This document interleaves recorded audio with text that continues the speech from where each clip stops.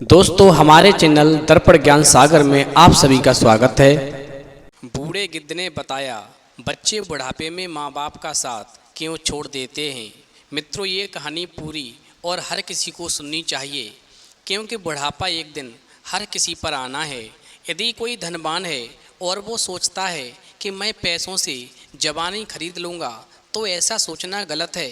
और यदि कोई सोचता है कि मैं बहुत बलवान हूँ, दुनिया मुझसे डरती है, तो बुढ़ापा भी मुझसे डर जाएगा और मैं हमेशा जवान ही बना रहूँगा। बुढ़ापा कभी भी मेरे ऊपर नहीं आएगा, तो ऐसा भी सोचना गलत है।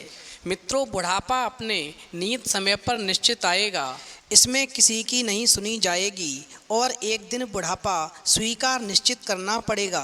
तो इस वीडियो को पूरा सुने, तभी आपको पता चलेगा कि बुढ़ापे में औलाद साथ क्यों छोड़ जाती है। तो आप हमारी कहानी में खो जाएं, इससे पहले आप हमारे चैनल को सब्सक्राइब अवश्य करें और कहानी के अंत तक बने रहें। आखिर बुढ़ापे में औलाद साथ क्यों छोड़ जाती है, तो ये समझने के लिए एक कहानी को ध्यान से सुनेंगे। देखिए, एक जंगल में एक विशाल बरगद का पेड़ था। उस पेड़ पर अनेकों प्रकार के पक्षी रहा करते थे। उन सभी पक्षियों का जीवन सुखमय व्यतीत हो रहा था। पक्षी खुले आसमान में उड़ते थे, किलोले करते थे और फिर आनंद की अनुभूति लेते थे। और जब शाम होती थी तो वापस उसी बरगद के पेड़ पर आ जाते थे और फिर बसेरा करते थे। मित्रों, ये तो आप जानते ही हैं कि जब किसी स्थान पर या किसी के पास जब ज़्यादा रहते हुए ज़्यादा समय बीत जाता है, तो उस स्थान या व्यक्ति से अधिक मोह हो जाता है। उसी प्रकार जो पक्षी उस बरगद के पेड़ पर रहते थे, उन्हें उस बरगद के पेड़ से विशेष मोह हो गया था। अब एक समय की बात है, काफ़ी समय से बरसात नहीं हुई, मानो सूखा पड़ गया, जिसकी वजह से जंगल के सभी पेड़ सूखने लगे। मित्रों, इतना ही नहीं, वो बरगद का पेड़ भी धीरे धीरे सूखने लगा, जिस बरगद के पेड़ पर वो पक्षी रहा करते थे। जब बरगद का पेड़ पूरी तरह से सूख गया, उसकी डालियां अपने आप टूट करके गिरने लगीं, तो सभी पक्षी धीरे धीरे उस बरगद के पेड़ को छोड़ करके दूसरे स्थानों पर चले गए।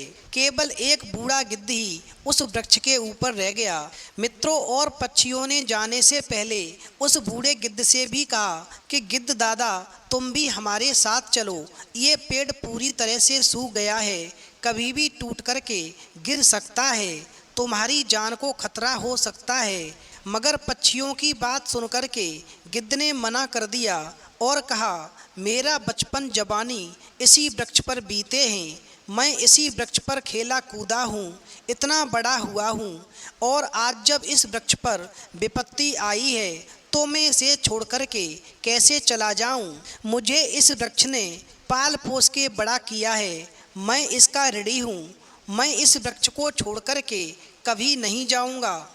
ये वृक्ष मेरे माँ बाप की तरह है, जिसकी छाँव में मैं इतना बड़ा हुआ हूँ, मैं यहाँ से कभी नहीं जाऊँगा, तुम यहाँ से जाओ।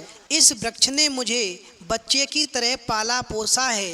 वो बच्चे बड़े ही खुदगर्ज होते हैं, जो बुढ़ापे में माँ बाप को छोड़ कर के और चले जाते हैं या परदेश में जा कर के खूब सा धन कमाकर सुख का जीवन जीते हैं और बूढ़े माँ बाप को दुखी छोड़ जाते हैं।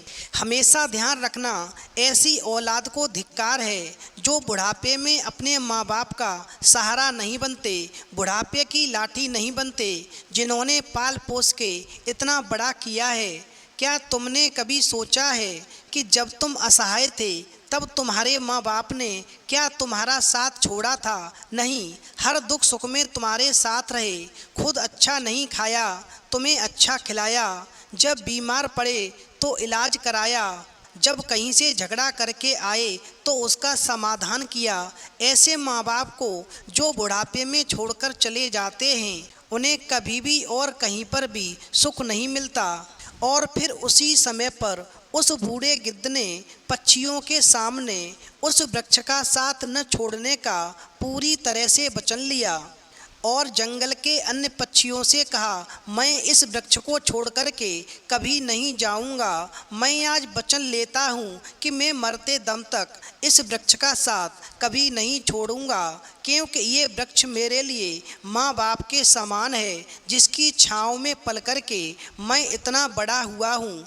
तुम एक काम करो, मुझे मत समझाओ और तुम सभी यहाँ से वापस लौट जाओ। मित्रों, इस प्रकार से बूढ़े गिद्ध की बात सुनकर के सभी जंगल के पक्षी अपने अपने घोंसलों में आ गए। अब समय धीरे धीरे और बीता तो वो बरगद का वृक्ष जो था और ज़्यादा जर्जर हो गया, उसको दीमक लग गई। लेकिन बूढ़ा गिद्ध फिर भी उस वृक्ष को छोड़ कर के कहीं नहीं गया।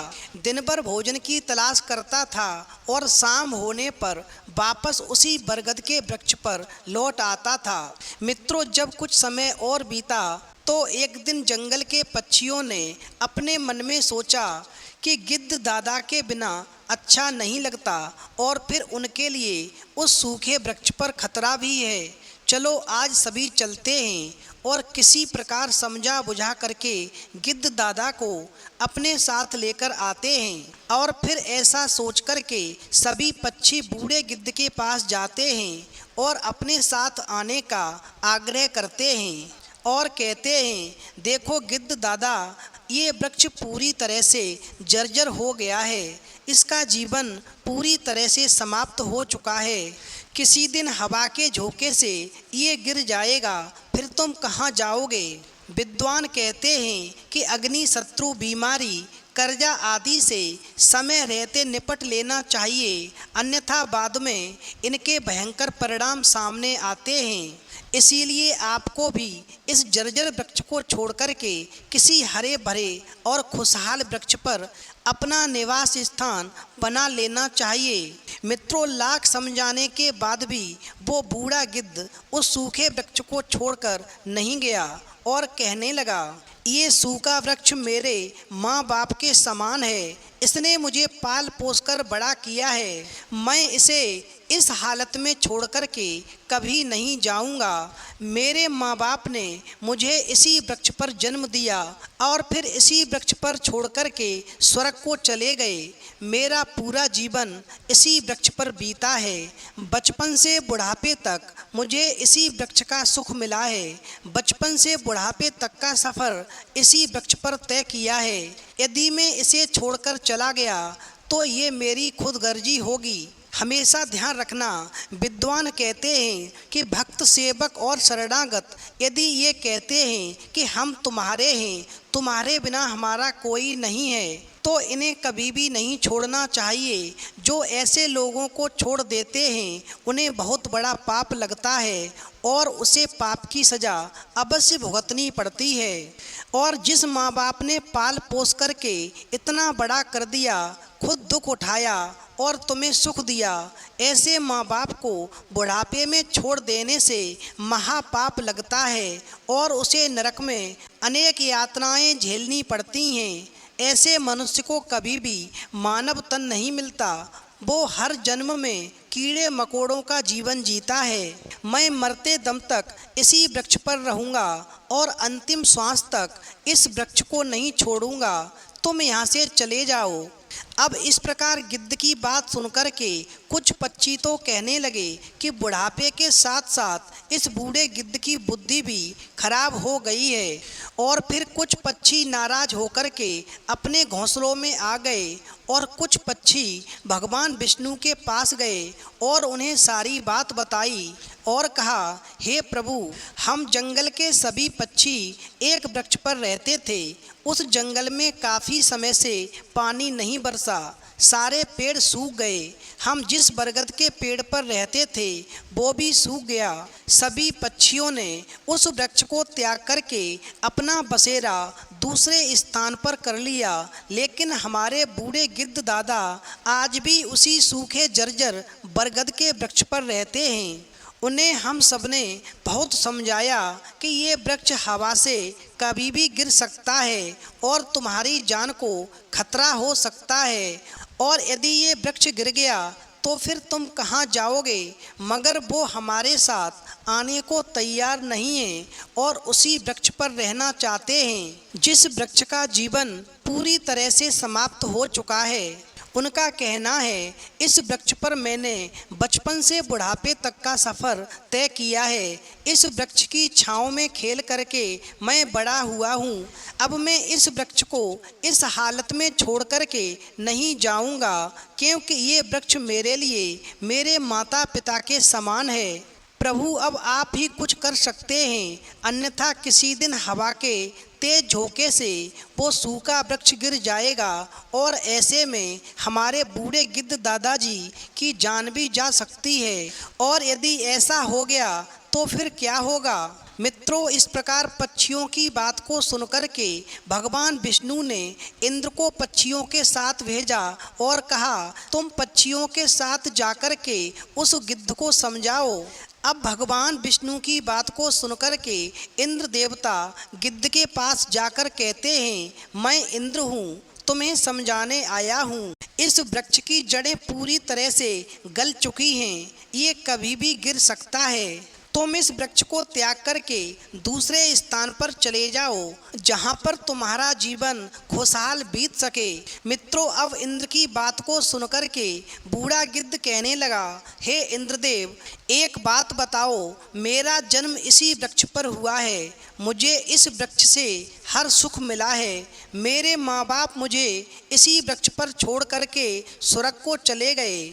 मैंने बचपन से बुढ़ापे तक का सफ़र इसी वृक्ष पर तय किया है। ये वृक्ष मेरे लिए माँ बाप के समान है। अगर आज ये वृक्ष पूरी तरह से सूख गया, यानी समझ लो बूढ़ा हो गया, तो क्या बच्चों का ये काम है कि बुढ़ापे में माँ बाप को छोड़ करके कहीं और चले जाओ और अपना जीवन सुखपूर्वक जियो और बूढ़े माँ बाप को दुख दे जाओ?